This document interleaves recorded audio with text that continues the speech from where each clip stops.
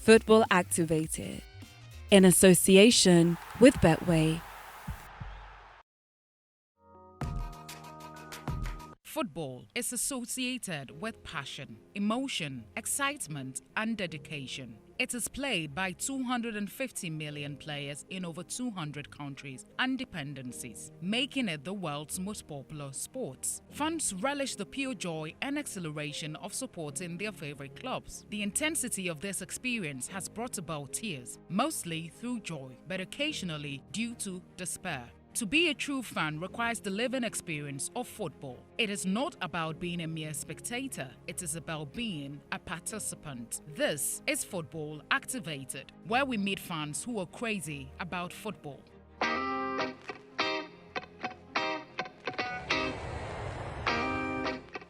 Slow down.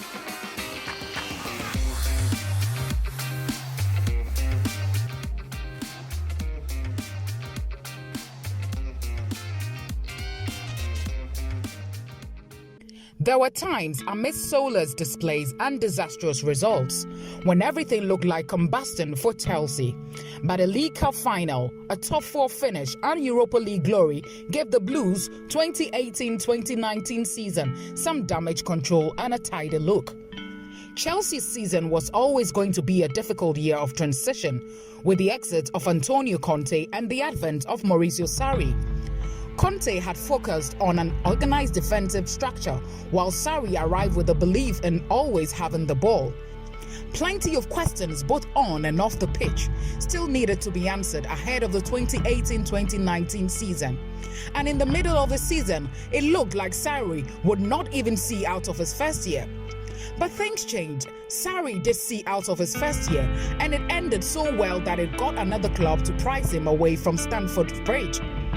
On this week's episode of Football Activated, we caught up with Elam Kosi Fiaka, an MC, PR and marketing strategist who loves football and is a staunch Chelsea fan. Elam shared his views on his club's dramatic season under Sarri and took us on a journey of his love affair with Chelsea.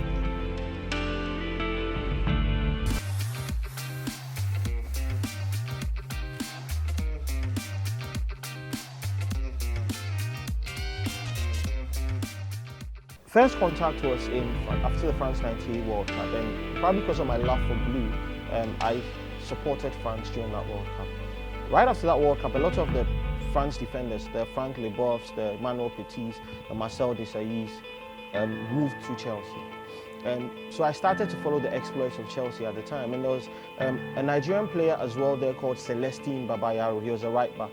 And because of the African connection, I probed a lot more to inquire. Then again, at the time, Liverpool, Manchester United were winning all the time. I wasn't prone to supporting them because I was a man for the underdog. So I started to follow Chelsea. But then in the year 2000, during the Super Cup final, Chelsea played Real Madrid.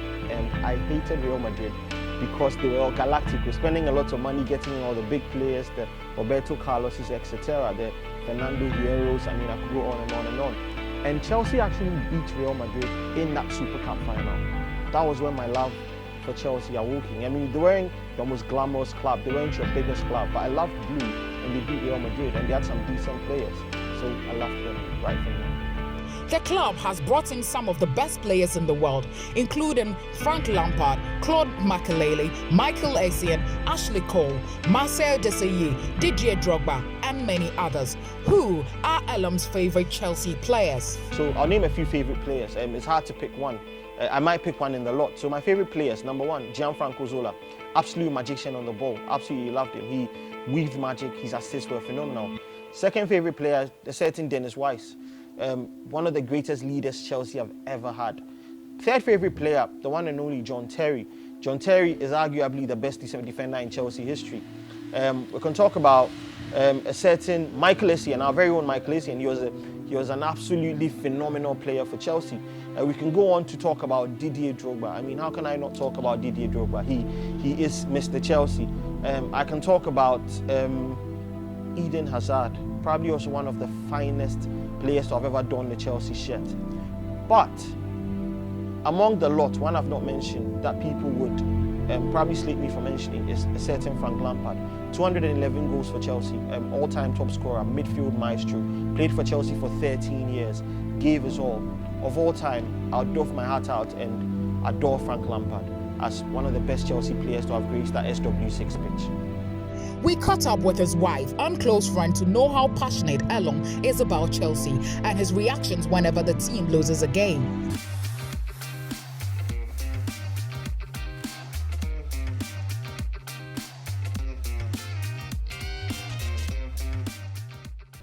Elon is the most passionate football fan I've ever seen, and definitely the most passionate Chelsea fan I know also. He's so passionate, he knows the history about the team, he knows everything concerning Chelsea, every coach who comes in, where each player plays, and he's even tried to indoctrinate our children into the team as well. Yeah, he knows I'm not a Chelsea fan, he's tried to convince me, but he respects my decision. I mean, it's football, so he understands that fans should make their choices on where they want to be. But for him, he's decided to be with Chelsea. Every time football comes up, or whenever there's a conversation and he just wants to bring up the team and why they're so successful, he always talks about every opportunity he gets. He's talking about Chelsea, when last they won, how they're going to achieve the next one, who is going to be playing. He makes so much noise about the team, yeah. Okay, every time he talks about Chelsea and their achievements, I see someone who is full of the team. Like, I'm sure if you are to mention the top 3 Chelsea fans in Ghana, he's going to be part of them.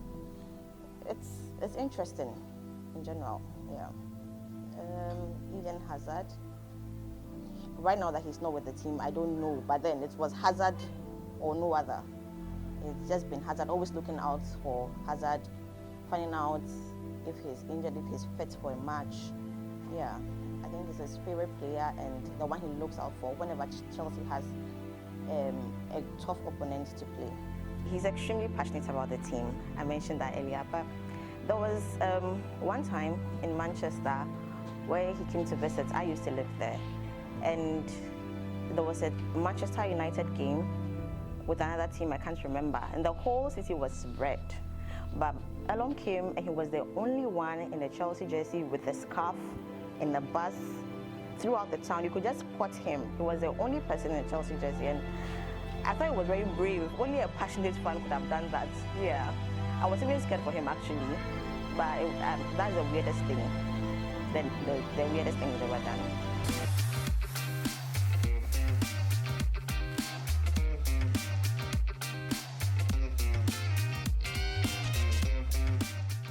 I remember years back, during those times, the main clubs were Real Madrid, Barca, Man United. And according to Elon, he didn't like any of them because they were very successful. So then there was this Super Cup game between Madrid and Chelsea. And at the end of the day, I think Chelsea won the game. So because Chelsea beat Madrid at that time, he decided to fall in love with Chelsea, even though it was quite weird. But then, hey, he decided to. So since then, he got attached to the club just because they beat Madrid at that time. And he's been making noise about Chelsea ever since then. He claimed at that time the Madrid and the United were winning virtually everything. So it was like any team against them, he was ready to support. And fortunately, unfortunately, on the night, Chelsea managed to beat Madrid by a lone goal. And I think it just made him draw closer to the club.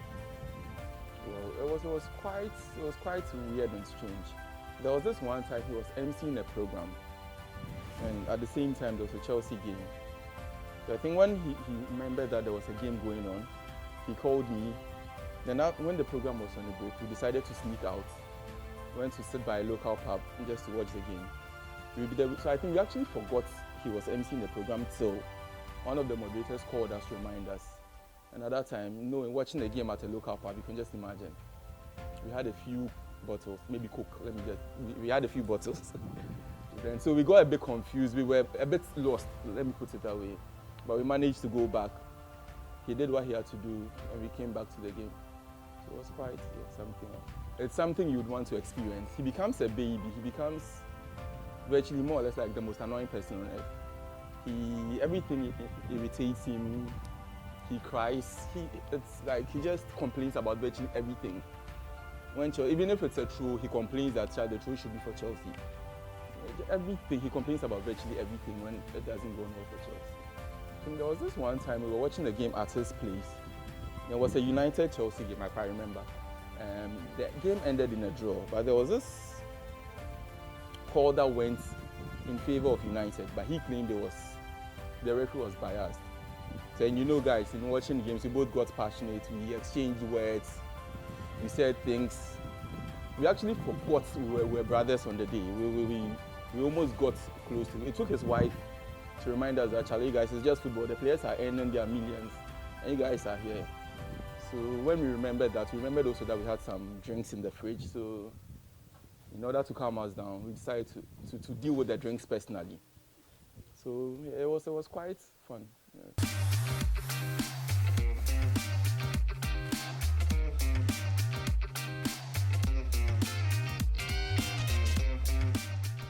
Fun. Yeah.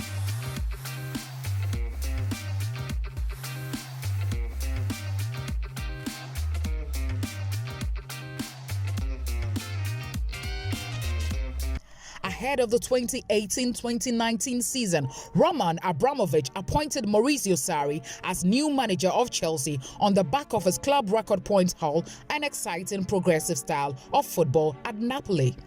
Expectations were high for the 60-year-old, who was identified as a successor for Antonio Conte. Chelsea fans were worried because Sarri had not won a trophy in his 29-year stint as manager. However, Elom had confidence in Sarri. Well, last season we brought in Maurizio Sarri from Napoli. Now, before Maurizio Sarri came in, we had a lot of high expectations of him because of the quintessential Sarri ball, the high-octane, high-pressing, possession-based football that he played with Napoli. In fact, he won, and he was second in the league with Napoli. I think he amassed 93 points, really high amount of points. So we expected that kind of football. Season started amazing. Chelsea went 13 games unbeaten in the league, which was great, simply because we thought they had come on. But then the season withered away because it became too predictable. The atmosphere became a lot more toxic. So before the season, expectations were high. They were on a different level of peak. Everybody expected to see some beautiful football because that's what we had been craving for all through. We've seen coaches that had been pragmatic, from the Mourinhos to the Antonio Contes, had been very pragmatic. So we were expecting a bit of excitement. It didn't turn out that way, but then again, we take what we get.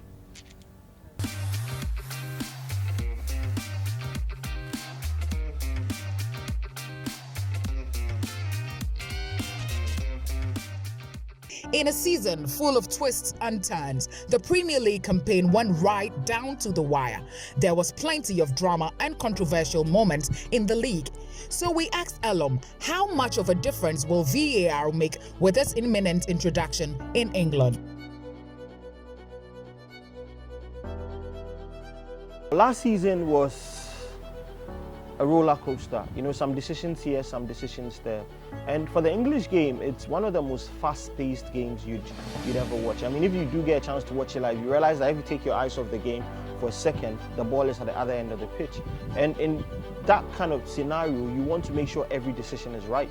I mean, last season, like I said, we saw a few decisions. We saw a couple of offside goals for Manchester City against Bournemouth and the likes. I mean, that won the league for them.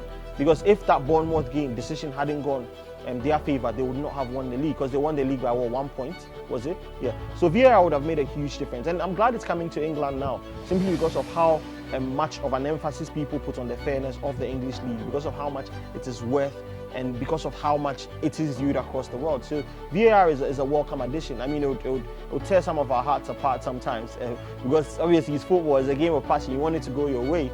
If it doesn't, then you have to accept it, because the computer said the decision is not yours. Chelsea began last season on a good note after going on a 12-game unbeaten league run. However, the Blues struggled for consistency as they suffered their worst ever Premier League defeat to Manchester City, as well as several other embarrassing results. But Sarri's side recovered and picked up some interesting results on the road, and that proved their catalyst for the rest of the season. We asked Elom when, in his opinion, was Chelsea's pivotal moment last season. Wow, the pivotal moment, I think, was that Europa League. Simply because our season withered away quite early. and we were stuck fighting for top 4. Now we're fighting for top 4 with the likes of Manchester United, the likes of Tottenham Hotspur, the likes of Arsenal. A lot of them completely lost it. I mean, they lost their wheels along the way, and we had to depend on bad results, and we had to qualify for in the top 4 as well. So as much as we made third, that Europa League was very, very, very important. It was actually the fulcrum of our season because we couldn't go that season trophyless, and going out there and making sure that we had a trophy in the bag was absolutely important, and more so because it was Sarri's first ever trophy, and people were looking out for him to at least win something. We lost out narrowly in the Capital One Cup final to Manchester City on penalties. We could talk about that Kepa Arrizabalaga issue. It's an issue for another day. We lost out, nobody knows what would have happened, but that Europa League victory, it all the way up in Azerbaijan against the Premier League rival in the person of Arsenal, and the manner in which that victory was attained, I believe, was the highlight of Chelsea's season.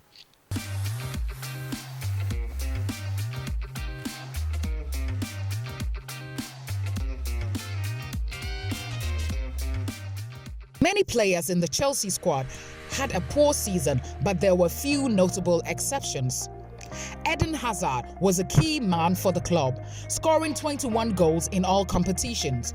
N'Golo Kante was consistently good throughout the season, while Cesar Azpilicueta was rock solid in defense as usual. So who were Elam's worst and best Chelsea players last season? Last season, my worst player, wow, Jorginho, came up for a lot of criticism. But I don't blame him for being the worst player because he was played in a certain position that he wasn't familiar with. So I believe Jorginho was arguably one of the worst players we had last season. And the best player last season for me, without question, without doubt, was Eden Hazard. His most prolific season, went out there, scored 21 goals, scored a brace in the Europa League final, left on a high, but arguably Chelsea's best player last season. A lot of outstanding moments have characterized Chelsea Football Club over the years. Which one stands out for Elam? Wow, the greatest moment I think for Chelsea was in Munich in 2012. That was a night to remember. And for any Chelsea fan who loves the club, it was like fate presented us that moment. I mean, a team that was depleted with injuries, a team that had Roberto Di Matteo, a very inexperienced coach, going up against a star-studded Bayern Munich team in the Allianz Arena in the Champions League final. You're down by 1 goal, there's 8 minutes to go. You're playing the likes of Ryan Bertrand as a left winger. Your defense is completely gone. You go out there and you still win the Champions League against all odds. I believe was one of the most cherished moments for any Chelsea fan. The manner in which we even got there, overturning that victory against Napoli in the quarter-final, beating Barcelona in the semi-final. It was a season nobody expected. It was so surreal. It was like a dream, and I believe every Chelsea fan would have that at the back of their minds every single day, that they cheer on the Blues.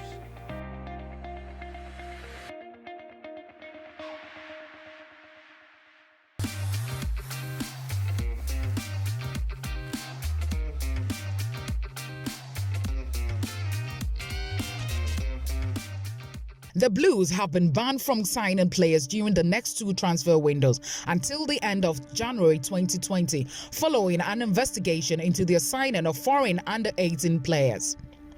The club has also sold their most prized asset, Eden Hazard, to Real Madrid. Elam says it's time the youngsters in the club stepped up in the coming season. Well, unfortunately, Chelsea are unable to sign any players ahead of next season because of the transfer ban. But albeit, we've managed to circumvent and get in Mateo Kovacic, who we had on loan last season. I think we paid 45 million euros for Mateo Kovacic. Great addition, I think. Still a lot to come from him. We've still got a lot of players coming back from loan. In fact, we've got 42 players on loan, highest in Europe. So we've got the likes of Tiemoe Bakayoko coming back. We've got a few of the Derby boys coming back, like Mason Mount and Fikayo Tomori. We've got the likes of Miti Batshuayi coming back. We might not see Alvaro Morata come back. We've got the likes of Reece James, so there are a few players coming in.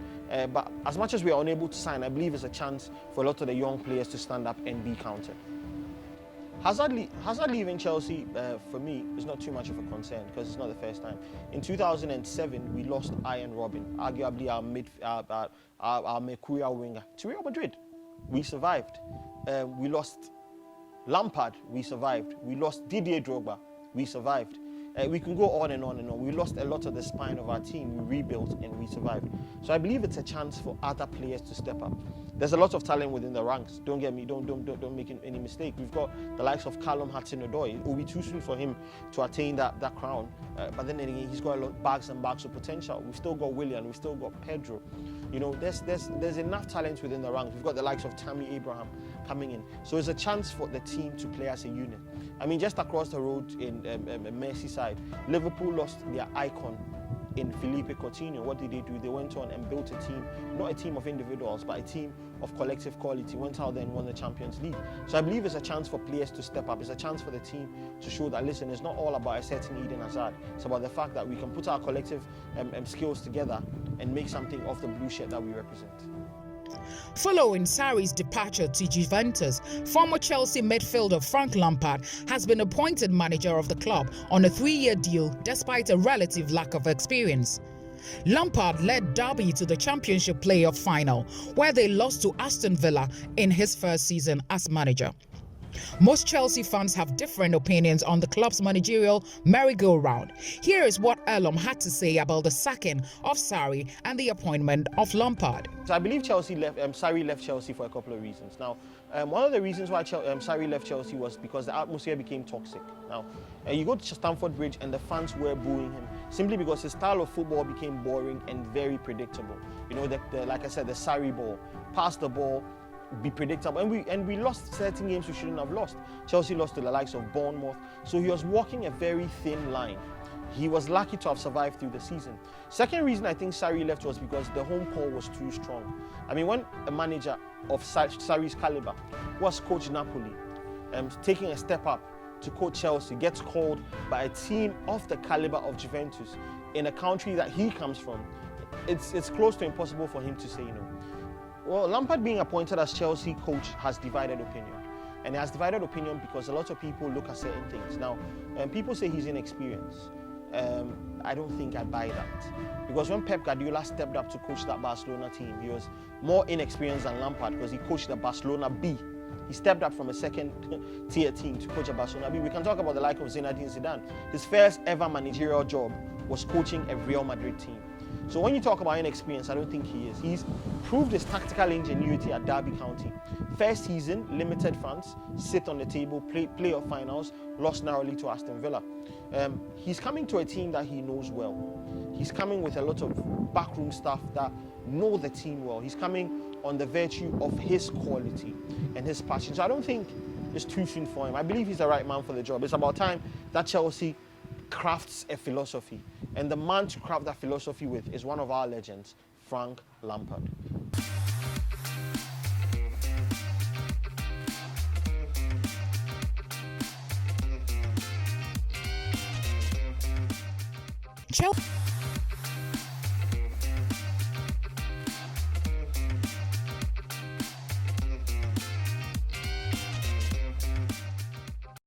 Do you have what it takes to choose the champions of Africa?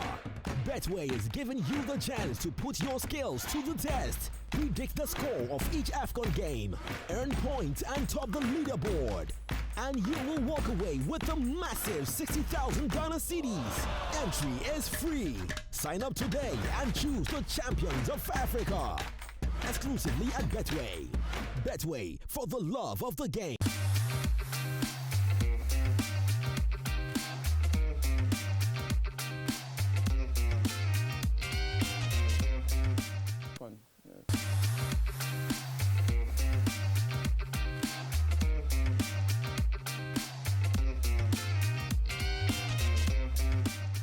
Fans are excited ahead of the 2019-2020 season, and rightly so.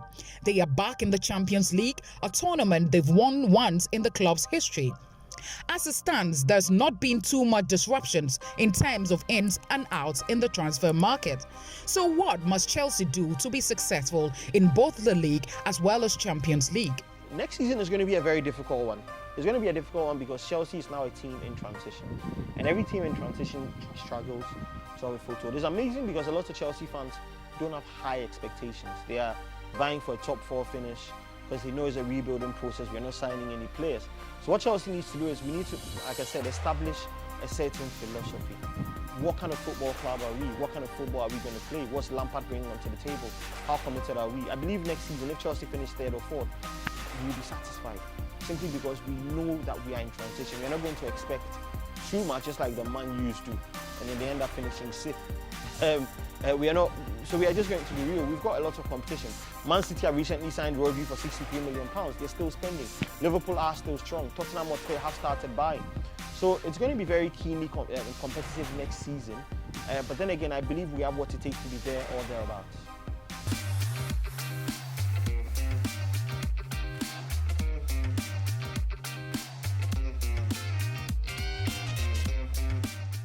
On Football Activated, we don't want to hear you brag about how much you know your club. You need to prove it. Time for Football Activated trivia. Question 1. When was Chelsea Football Club founded? Chelsea FC was founded in the year 1905. You are right. Answer is 1905. Question 2. How many times did Liverpool and Chelsea play each other in the 2005-2006 season? 2005-2006. Wow. Okay, so I think we played them twice in the league. I think we played them in the Capital One Cup. I think we played them in the Champions League as well. I think in the semi-final 2 legs. So if I'm not mistaken, it will be 6. 6? Is it 6? Sorry, Elum. They met 5 times. Question 3. What Premier League club was Frank Lampard playing for before he joined Chelsea? Oh, that's an easy one. West Ham United. He came across from West Ham United. West Ham is correct. Question 4. Chelsea won their first silverware for 27 years when they won which trophy in 1997? The FA Cup. They won the FA Cup, yeah. Well done, Elum. The answer is the FA Cup. Question 5. How many goals did Eden Hazard score last season? Oh, last season. I think in all competitions he scored 21 goals. Yeah, 21. Yeah. That's correct. Answer is 21. Question 6. How many clean sheets did Chelsea manage in the 2003-2004 Premier League season? Wow, that season I think we conceded 20 goals. So we must have kept, I think, 20 or 21 clean sheets, if I'm to be honest. Congratulations, Elum. You had 5 out of 6. Way to go. That's all for this week's episode. Do you consider yourself to be a true fan? Well, visit our social media pages. You might be next on Football Activated.